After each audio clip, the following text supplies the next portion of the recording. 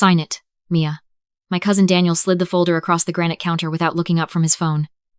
It's just a formality. I looked at the paper. It was not a formality. It was a relinquishment form, my legal surrender of the 32% stake I had inherited in our grandfather's estate, in exchange for what Daniel had circled in red pen at the bottom. The old shop on Birchwood Road. No cash value assigned. No appraisal attached. Just a line that read, property transferred as is. Contents included. No further claims. You haven't even had it assessed, I said. He finally looked up. His eyes had that particular flatness I had learned to recognize over the years. Not anger, not contempt, just the mild impatience of a man who did not believe he needed to explain himself to me. The building is assessed, he said. 42,000. It's a condemned structure in a dying town. You're getting more than it's worth just to make this clean. And my 32% of the main estate? He set his phone face down on the counter. That was the tell. When Daniel set his phone down, it meant the conversation was about to be managed. The estate is leveraged, Mia. There are debts against it you don't know about. If you try to litigate your share, you'll spend 3 years in court and walk away with less than what I'm offering you right now. He pushed the folder an inch closer. The shop belonged to Grandpa. It has sentimental value. I thought you'd appreciate that. Sentimental value. The phrase landed in my chest like a stone.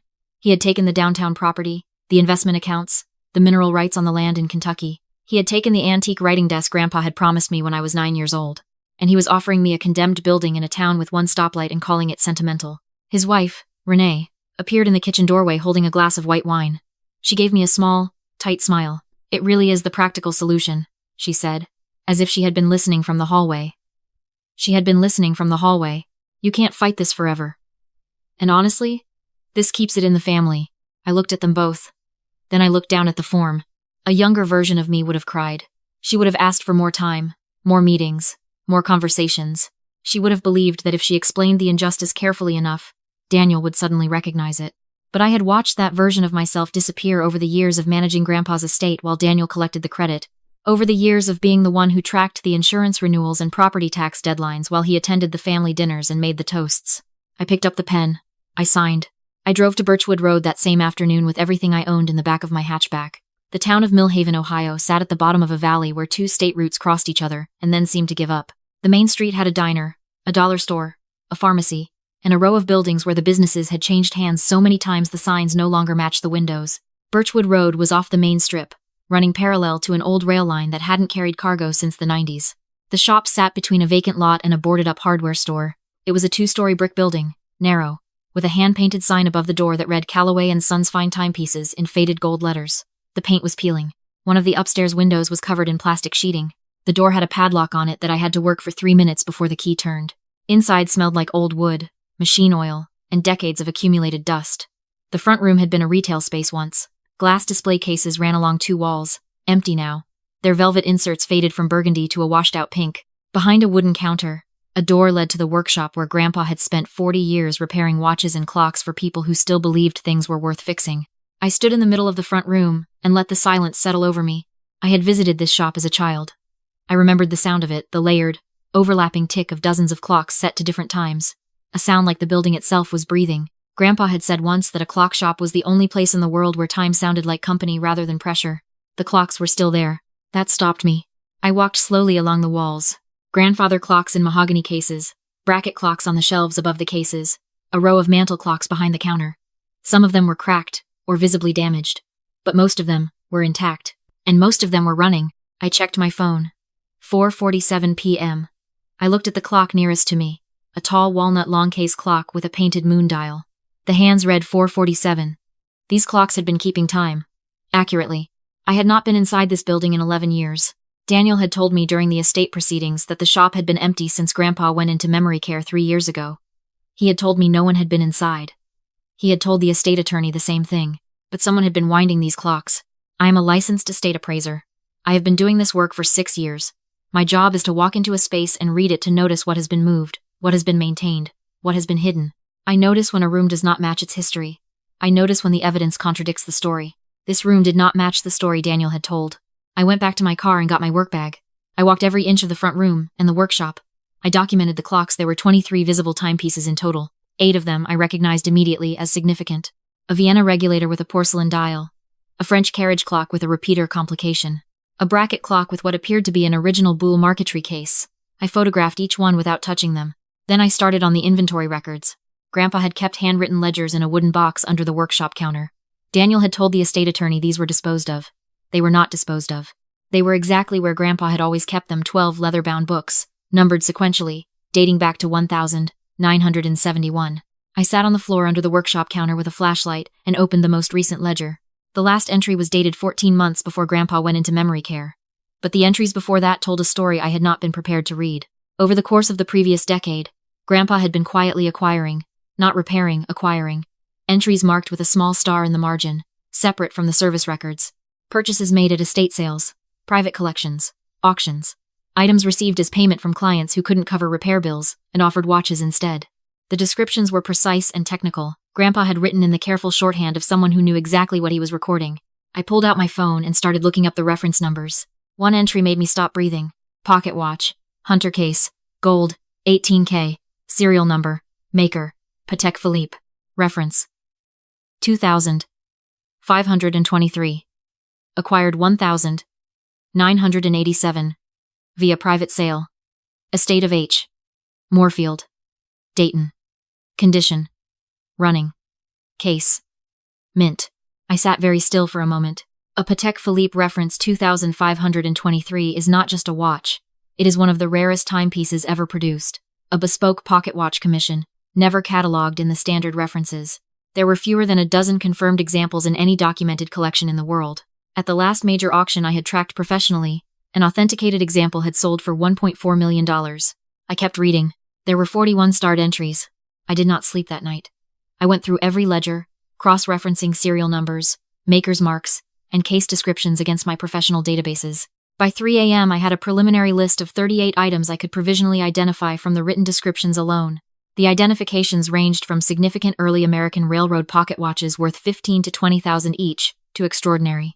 But the watches I could see on the shelves and in the cases accounted for only 23 pieces. The ledger described 62. The remaining 39 were not in this room. I remembered something Grandpa had said to me when I was about 12 years old, during one of the summers I spent helping him in the shop. He had been teaching me how to time a movement, holding the regulator watch to his ear with his eyes closed.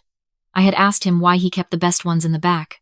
He had smiled without opening his eyes and said, "The people who come looking for things they don't understand never go past what they can see." I got up from the workshop floor and walked to the back wall. It was a plaster wall, painted over multiple times in layers of institutional white. 3 wooden shelves ran across it, holding spare parts bins, cans of clock oil, and boxes of old parts catalogs. Ordinary. Purposefully ordinary. I ran my hand along the edge of the right-hand shelving unit. The plaster behind it was smooth.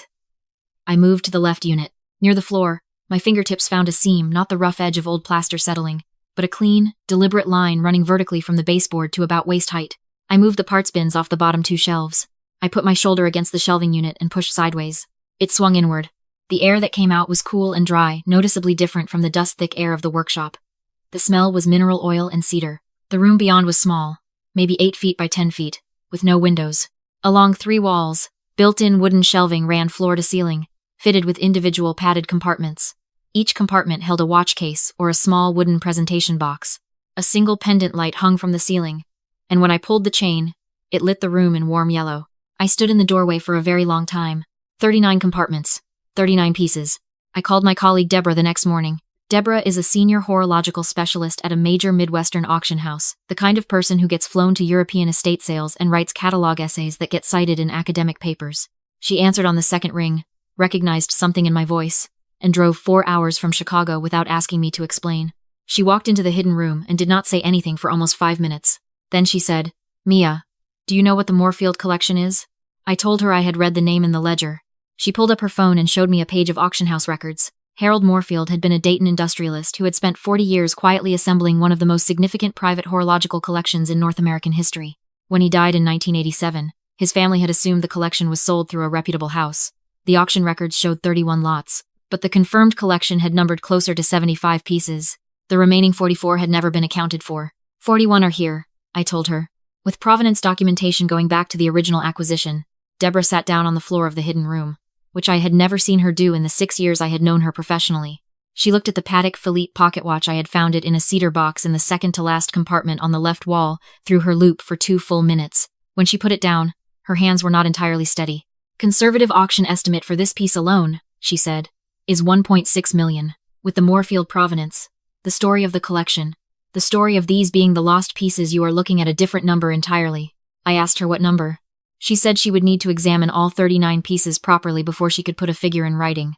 But she said, I've seen what a collection narrative can do at auction. People aren't just buying the watch, they're buying the mystery. They're buying the recovery. If you market this as the Lost Moorfield collection, the pieces that disappeared in 1987 and were found in a clockmaker's secret room in Ohio, you will have buyers flying in from Geneva and Hong Kong. She paused. You need to understand, Mia. Complete collection of this provenance, with full documentation. In the condition these appear to be in, I would not put a ceiling on it. Privately, I would say 8 figures. 8 figures. I sat with that number in the quiet of the hidden room, in the cool, cedar-scented air, listening to the faint ticking of the clocks on the other side of the wall. Grandpa had known. He had known exactly what he had, and exactly where he had put it, and he had never told Daniel. He had told me about the back room in the only way he knew how, in words given to a 12-year-old that would only make sense when she needed them. He had taken me, specifically, to this shop as a child. He had said those words to me, the people who don't understand never go past what they can see. The property transfer form I had signed said, property transferred as is, contents included, no further claims. I was the owner of the contents of this building. All of them. I did not call Daniel. I called my attorney. What happened next took 47 days, which is fast for anything involving estate law, but felt like a very long time, when I was sleeping on a cot in the workshop and eating diner food 3 times a day. Deborah and her team conducted a full cataloging and preliminary authentication of all 39 pieces. I hired a horological provenance firm out of New York to verify the Moorfield documentation. My attorney reviewed the transfer form. Daniel had prepared the one he had slid across the granite counter with his phone face down, the one he had called a formality. The language was unambiguous. Contents included. Daniel's own attorney had drafted it. Daniel had signed it as the estate representative. My attorney filed the preliminary notification with the estate court on a Tuesday. By Wednesday afternoon, Daniel had called me 4 times. I let every call go to voicemail. On Thursday morning, his attorney sent a letter claiming the transfer had been made under duress and without full disclosure of asset values. My attorney sent a response with 2 attachments, the signed transfer form, and Deborah's preliminary appraisal summary. The total preliminary estimate for the 39 pieces, including the Patek Philippe, 6 additional significant pocket watches, and the remainder of the Moorfield collection was $11.3 million. With the provenance marketing and the auction narrative Deborah had described, her firm projected a realized value of $14 to $17 million at auction. Daniel had signed away $14 to $17 million because he had never walked to the back of the shop. He had told me it was condemned. He had told me it had no value. He had circled $42,000 in red pen and pushed a folder across the counter and called it generous. He had never looked past what he could see. His attorney's letter claiming duress went nowhere.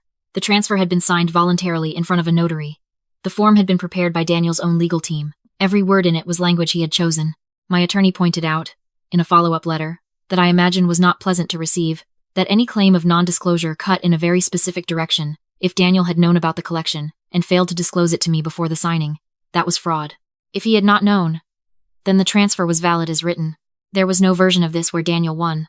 I was in the workshop 3 weeks later when I heard a car on Birchwood Road. I looked out the front window. It was a rented sedan. Daniel got out alone, without Renee, which told me everything about how the last few weeks had been at their house. He stood on the sidewalk looking at the building for a moment. Then he walked to the door.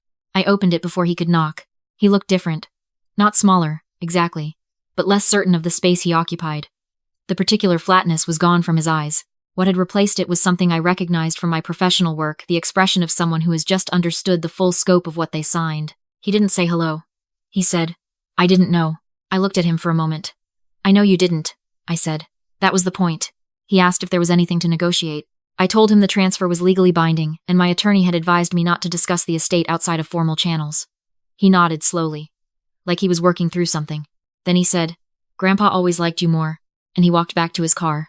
I stood in the doorway of the shop on Birchwood Road and watched him drive away. The morning was cool and gray. Somewhere inside the building, one of the grandfather clocks struck the hour in a deep, resonant tone that carried out into the empty street. I turned back inside. The Moorfield collection went to auction 6 months later, at a major house in New York. Deborah wrote the catalog essay. The story ran in 3 horological publications and was picked up by a general interest magazine.